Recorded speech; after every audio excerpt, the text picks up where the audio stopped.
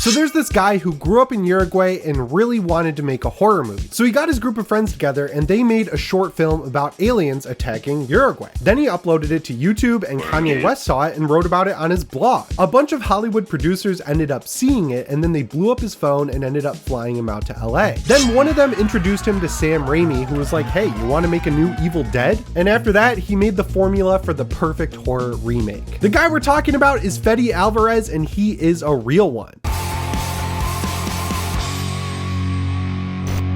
Before I tell you what it's like to grow up in Uruguay and then become a Hollywood director, there are two versions of this video. The theatrical cut, it's here on YouTube. It's missing a lot of the footage, a lot of the music, a little bit more of my opinion, and a lot of the stuff that makes this video the best that it can be. The director's cut, which has all of that stuff, is over on my Patreon, and it is free to follow, so you can at least check it out and see what you're missing. And this Patreon is not all paid content. I post free stuff all the time. Like recently, I did a studio tour, which I think was pretty good. So help me fight YouTube's terrible copyright system by checking out my Patreon and giving it a follow. It's linked in the description and the pinned comment. Fede Alvarez is by far my favorite modern horror director, and he has been ever since I saw the Evil Dead remake. He started out life in Montevideo, Uruguay, way back in 1978. If you don't know where Uruguay is, I'm not too ashamed to admit that I didn't either, so I pulled up a map and it's right here sandwiched between Argentina and Brazil. So when I was growing up, the terminology was but I guess you're not supposed to use that anymore, so it's called a developing nation. I guess recently it's come very far and is no longer categorized as that, but when he was growing up, it was a developing nation, and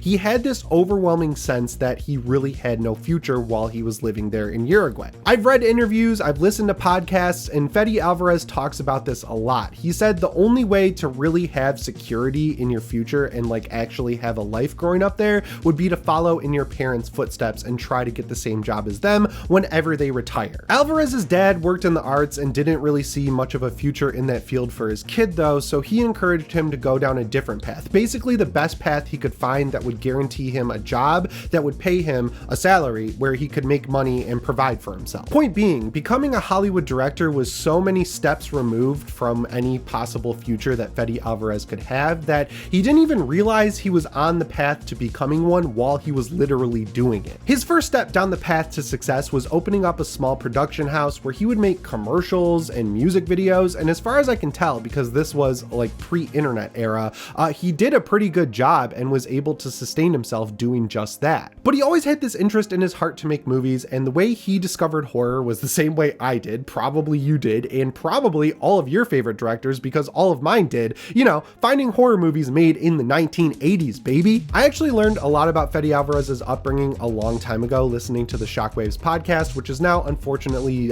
defunct, but he talked about how he found horror movies as a kid, and ironically, it's very similar in Uruguay to finding movies as a kid in America. So essentially, in the late 80s, him and his buddies would head down to the local video store and they would look at the shelves and look for movies that had great covers. Once they found one they liked, they'd flip it over and read that 5-line description that they would put next to stills of the movie, and they'd try to make a judgment call on whether it was worth renting. Once they had one picked out, they'd rent the VHS and just cross their fingers that that copy of The Evil Dead, The Blob, or The Fly was as good as the back of the box quotes made it out to be. Even though I grew up in the 90s, that was mostly pre-internet time, so I had a very similar experience to him. And if I'm being real, like 80% of the movies I would beg my mom to rent me would end up sucking. But once in a while, you would land on a movie that would absolutely change your life. So it was pretty vindicating and validating to hear one of my all-time favorite directors say that's how he kind of came up in the late 80s. Me and my buddies would get on our bikes, we'd ride down to the village of Grosse Pointe where the Blockbuster building still looks like a Blockbuster. We would get on the payphone and call that one friend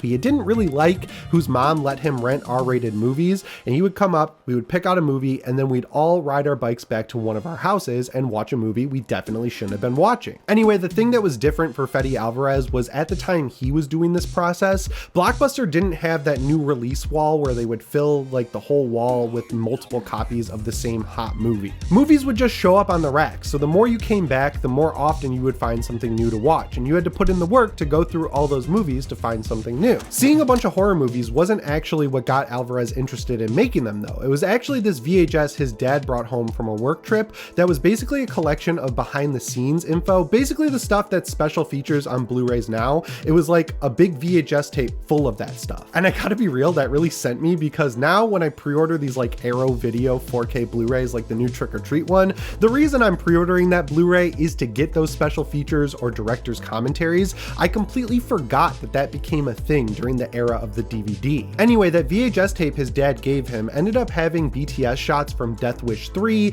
Alien, and House 2 on it. And seeing the makeup, the special effects, the animatronics, how much work went into getting all the gore just right in these movies, that made him fall in love with the craft of making movies and got him inspired to try learning how to do it himself. Like I mentioned, his dad was not into the idea of him working in the arts because at the time there was a brutal military dictatorship and he just didn't see those two things really working out together. But crucially, he did not stop him from trying to figure it out on his own. And when he was 7, his friend gave him a camera that had a backpack connected to it where you could load in VHS tapes and record straight to them, and he started using action figures to make his own short films. He would like try to recreate scenes from movies that he would watch at home. He got pretty crafty with it too. Like the way that he learned to do a dolly shot was strapping on rollerblades, strapping on the backpack, getting the camera ready, and then rolling past whatever was the subject of the shot he was trying to dolly with. Once he grew up, he created his production company, and on the side, he started working on this short film called Attack de Panico, which is Panic Attack in English, and that is what I'm gonna call it going forward. I got that Midwest accent. You don't want to hear me try to pronounce Attack de Panico for a 30-minute video. And while he was working on that short film, he built out a lot of the fundamentals that he uses in his theatrical films, because he built a lot of the models and miniatures he used in the short film all by himself. He says the process was so grueling that by the time he finished working on it, he was just completely over the entire thing. He still wanted to show his friends what he had made, and just by random chance, he heard that YouTube was allowing you to upload HD footage, so 720p, so he threw it up on YouTube that night and went to bed. He woke up the next morning, he checked his email and realized he had over 150 of them from every producer, movie studio, and talent agency in Los Angeles, and obviously his mind was completely blown.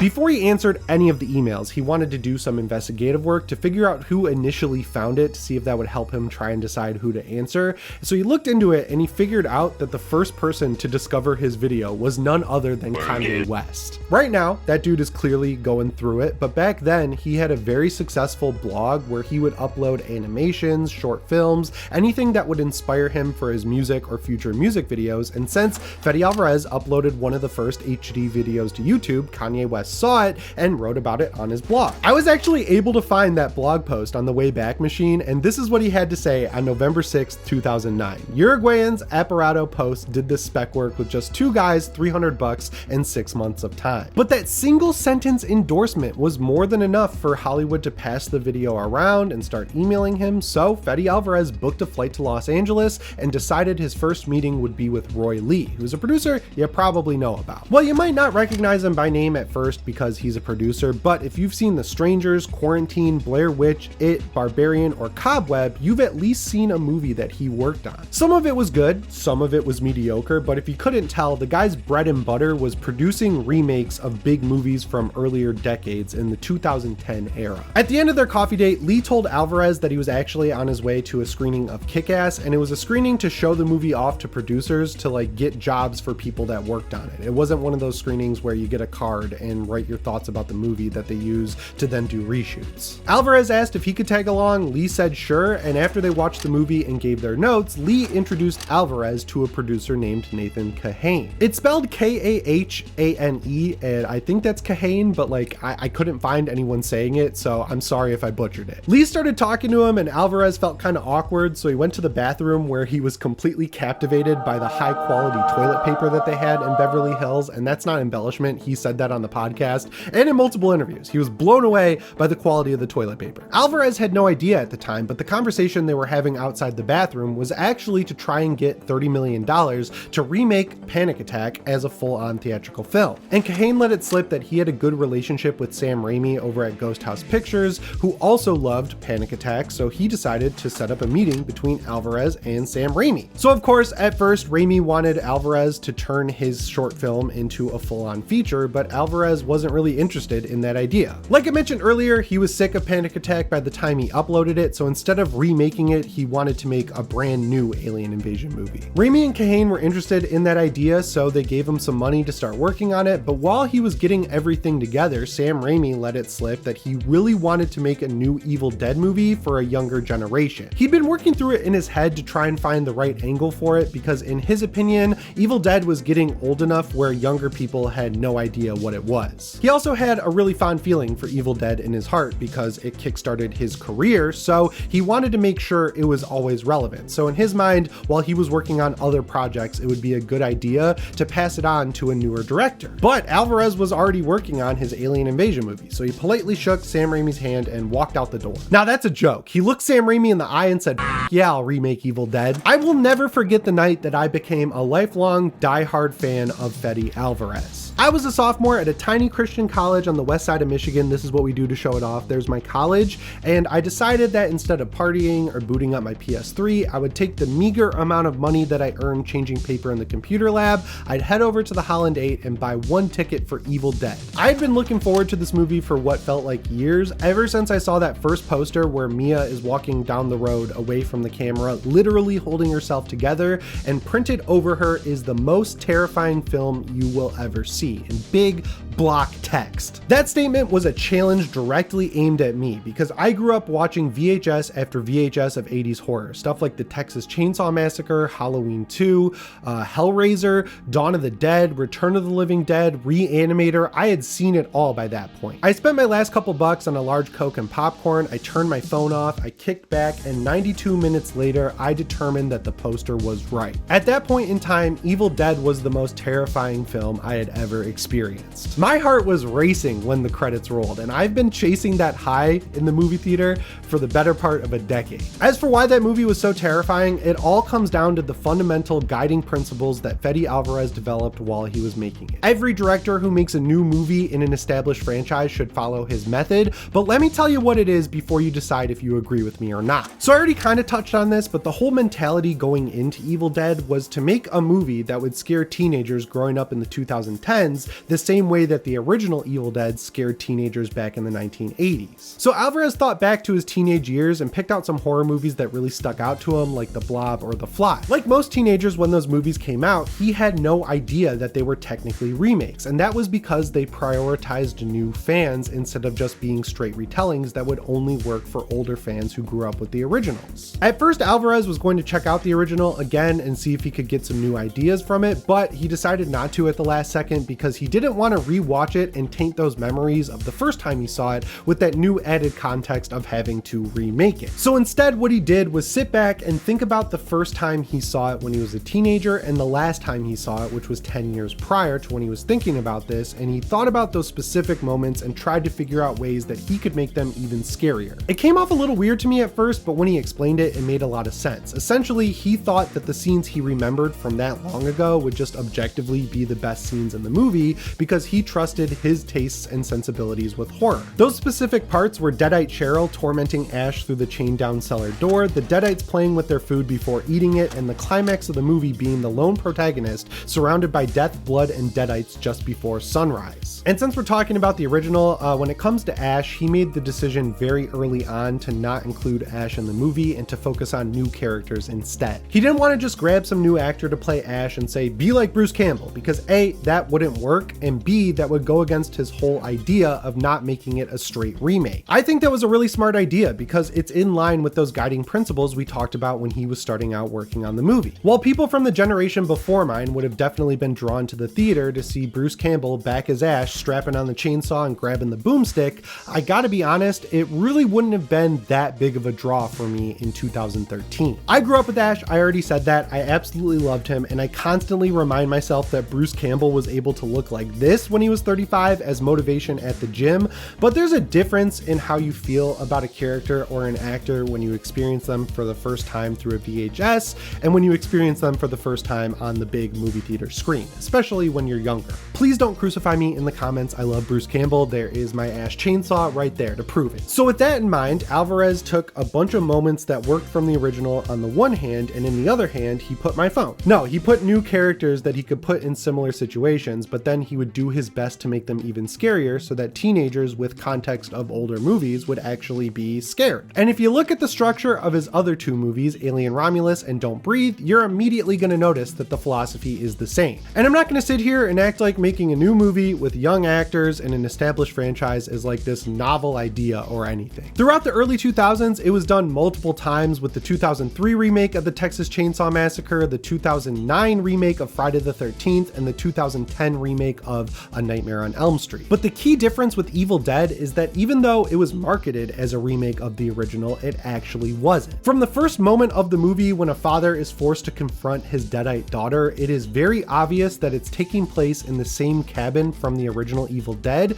but in the modern day. And that scene pulls double duty by putting older fans at ease by dropping the "I'll swallow your soul" line really early in the runtime. Another great example of that is at the end of the movie when Mia is about to saw the abomination in half with a chainsaw. So what Alvarez did back in 2013 was create the perfect middle ground between a straight remake and the endless barrage of requels we've seen over the past few years like Halloween 2018 and Scream 5. And I'm not saying that requels or remakes are bad. I really like the 2003 Texas Chainsaw movie, and I also absolutely love Halloween 2018. But I do think that spot right in the center between them that Alvarez found for Evil Dead is basically the perfect way to do a modern remake of a classic horror movie. And there's clear evidence that I'm right because when Ghost House and Sony did a test screening with a young audience, over 50% of the people in the theater did not know that it was a remake at all. They thought it was completely original and they absolutely loved it. To wrap this point up, Alvarez's take on Evil Dead is perfectly situated to appeal to longtime fans by including its own take on stuff like the Necronomicon,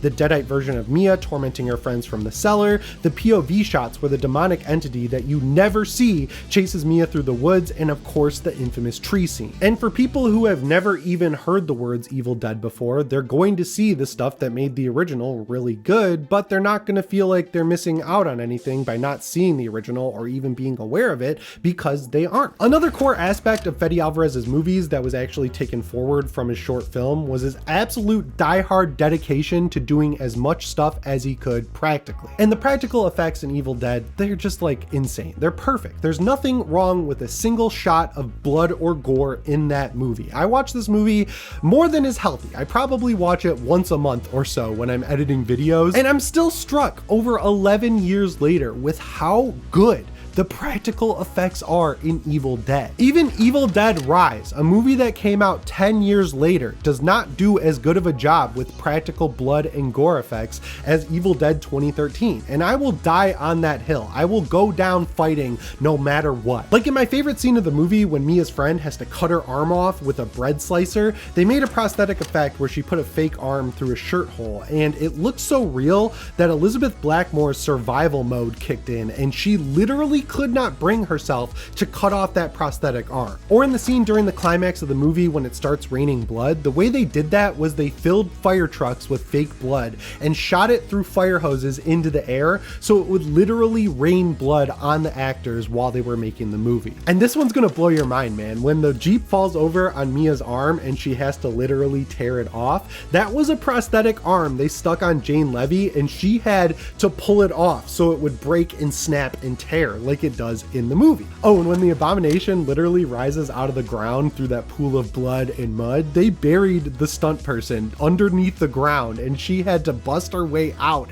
through blood and mud and everything. It's so cool. And I promise this is the last one. When Mia saws the abomination in half, she actually used a real chainsaw and sawed a dummy in half. And because Alvarez spent so much time on that short film working with practical effects, he knew what he wanted to get on camera, and it looked great in 2013 and it looks just as good in 2024. The most important thing to keep in mind here is that his dedication to doing things practically isn't just for the sake of it. He doesn't rush through the practical work, he doesn't use CGI because it allows him to subvert your expectations in the finished product. So like in any other horror movie, the camera would cut back to Blackmore's face when she's sawing off her arm, and then it would cut back to her arm and it would just fall to the floor. But in Evil Dead, it's a borderline one take. You actually see her saw through that prosthetic arm, and that, as a seasoned horror vet like I am, totally subverted my expectations and made the scene scarier. And when you see something as visceral as that from start to finish and it looks as good as it does, it totally puts you in the moment. Ever since I saw Evil Dead, I've been dying to see more horror movies that approach practical work in the same way he does, and if I'm being real,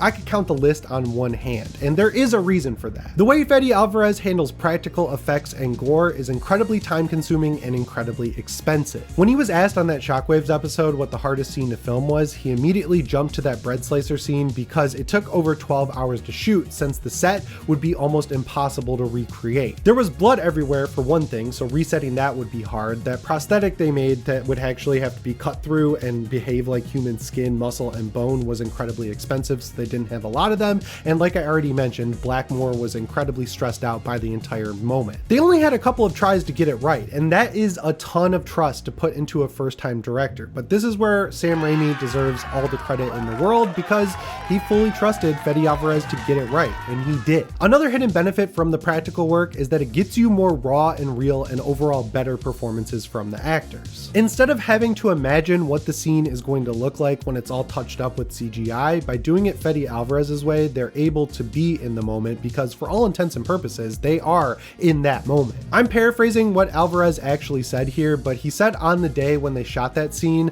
after everyone had gone home, he just walked into the kitchen because he wanted to see the set and admire the carnage. He thought he was alone on the set, and then he got a jump scare of his own because he heard this feeble sigh from the corner, and then he looked down and saw Blackmore just sitting there shaking. And at that moment, he knew he was making something special with Evil Dead. If you couldn't tell, one of the things I appreciate the most about the movie is how gory it is, and that was by design. When Alvarez handed in his first draft of the script to Sam Raimi and Rob Tappert, who's his longtime collaborator, Tappert said this reads like an NC-17 movie and asked him to kind of dial back some of the gore moments. Alvarez stood his ground though and said he wanted to shoot the movie as it was written, and then if it got an NC-17 rating, he would dial it back in editing. To Tappert's credit, he relented and let Fede Alvarez shoot the movie as he wanted, and that was a good decision because when they took it to the ratings board, it ended up getting an R rating, so it got to be exactly as intended on the big screen. I know this is getting long, so thanks for sticking with me. The last thing I want to touch on is this is the first example of Fede Alvarez's extreme dedication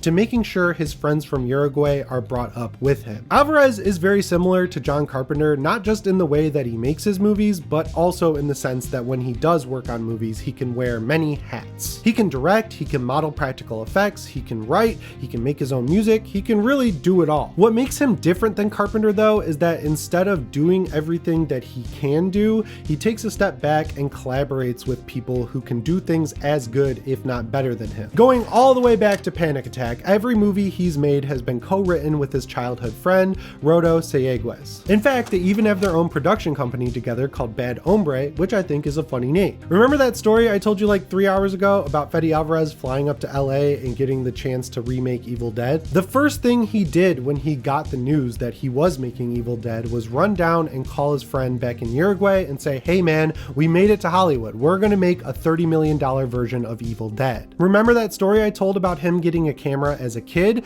Well, he got that from his friend Christian Zagia. So Alvarez repaid him by giving him cameo roles in both Don't Breathe and Evil Dead. And finally, Don't Breathe and Alien Romulus were both shot by Pedro Luque. And wouldn't you believe it, that guy was one of Fede Alvarez's friends from Uruguay who helped him on Panic Attack. To me, like as a person, outside of directing ability and raw talent, the thing I always appreciate most out of people who work in Hollywood or really any field is loyalty to their friends. So when I was writing this video and I connected all these dots between like 15 different interviews and realized how many of his friends Fede Alvarez got jobs in Hollywood, that made me like him even more, which I personally didn't think was possible. And if you're still questioning whether or not he did this on purpose, he did an interview about Alien Romulus with the LA Times, and he said, "It makes me very proud that I didn't come here alone and leave everyone behind in Uruguay. With each movie, I try to bring more and more of my people." And while Alvarez's story is certainly inspiring, it wouldn't really matter much if the movie didn't turn out good, and if you couldn't tell, I think Evil Dead turned out pretty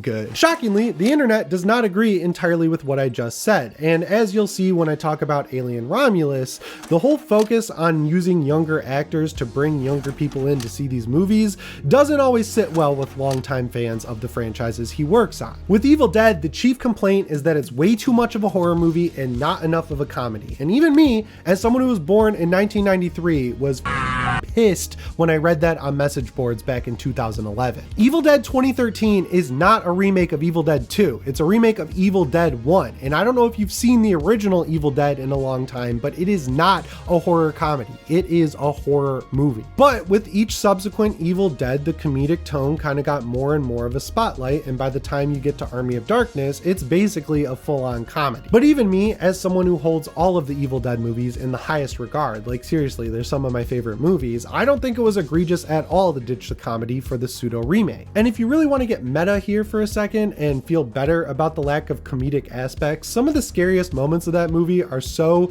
tensionful and scary that all you can really do is just sit back and laugh. So from that perspective, the comedic tone wasn't totally chainsawed off the franchise. Oh wait, that's exactly what happened with the original Evil Dead 2. Sam Raimi talks about this in a lot of interviews, but when he took the original cut of Evil Dead to financiers, they were all pissed at him because some of the scariest moments in the movie were so scary to these guys that they just sat back and laughed. And over the years, like with any misunderstood entry in a franchise, more and more people are discovering Evil Dead, and removed from the consciousness of 2013, most of them seem to absolutely love it. And then they go on X and make a post where they say they've been fans of it their entire life. And I'll give you a little trick to figure out the kind of person I'm talking about. Just look for tweets where someone says they saw Trick or Treat in theaters. All jokes aside, I don't really care. I'm glad people love this movie because for the longest time, I felt like I was on my little island alone, considering it an all-timer. And I don't really have to do much work to defend its success because on its budget, which was around half of that promised $30 million, it ended up making just shy of $100 million. So by any metric, it was a box office hit. If you decide to subscribe to this channel, which I would be eternally grateful for, and if you come back and watch future videos, which again, I would be eternally grateful for, you'll quickly realize that when any young director gets his hands on a franchise, throws every idea in the kitchen sink at it, and it becomes a financial success, it always generates a sequel. So why doesn't Evil Dead have one? Well, initially it was supposed to. Alvarez and Seaguez, again, sorry if I butchered the name, started working on ideas for a sequel really soon after the movie came out. The problem that arose was that their movie, their middle chapter in the trilogy they wanted to do, would have focused once again on Ash Williams, who was the end credit tease in Evil Dead 2013. And then the third movie would have brought Ash and Mia together, which would have been awesome. I'm so mad that didn't happen. Unfortunately for them, Sam Raimi wanted to jump back in the ring with Evil Dead, and his idea that he came up with was Ash vs. Evil Dead, a TV show that was all about bringing Ash back.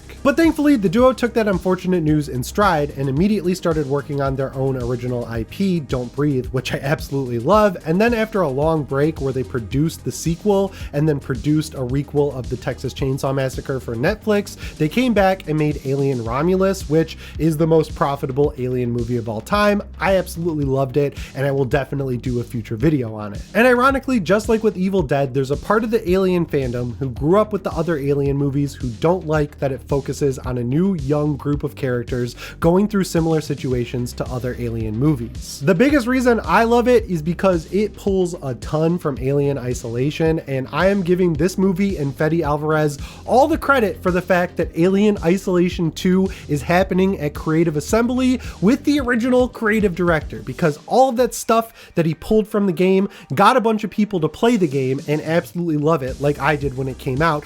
You IGN for that 5.9 review. I'm not forgetting that. I don't love it as much as I love Evil Dead though, because of that one super terrible callback that I know you know what I'm talking about if you've seen the movie. I didn't like that. I don't think that was a good idea. But for me, that one blemish doesn't detract from the finished product, and in my opinion, it came out like the greatest $80 million fan film ever created. And I mean that as a big compliment. And as someone who's probably Fede Alvarez's biggest fan in the world, it made me so happy. Like, it put a huge smile on my face when I realized that Alien Romulus is about a group of kids who grew up somewhere where they felt hopeless and take a huge risk to get somewhere better. Alvarez always downplays his incredible story in interviews and acts like he didn't know what was going on while it was happening. But after listening to him tell his story about getting out of Uruguay, getting into Los Angeles, and making multi-million-dollar movies like Evil Dead, Don't Breathe, and Alien Romulus, I think he really understands how big of a deal his career is to a lot of his fans. And I think he realizes how awesome it is for him too. But yeah, that brings us to the end of this story about a YouTuber from Uruguay who was discovered by Kanye West, got to remake Evil Dead, and developed the perfect formula for the modern horror remake. How often do you get to see a YouTube video that delivers on the thumbnail, the title, and the intro? I feel like that never happens, but on this channel, that's all you're ever gonna see. If you like this video, which I really hope you did because I worked my ass off on it, the biggest thing you can do to help me out is subscribe, click the notification bell, and set your notifications to all. And again, at least follow my Patreon because it's free and I post free content regularly. And if you feel like you want to see the director's cut, which I think you're going to want to because it's really good if I'm speaking for myself here, you can become a real one today for just $4. And I promise I am doing everything I can to make that $4 worth it. It sucks that YouTube's copyright system is making me do it, but that's the world we live in. Anyway, guys, that's all I've got for you in today's video. As always, my name is Jimmy Champagne. I'll see you in the next one. Thanks for watching and shape on.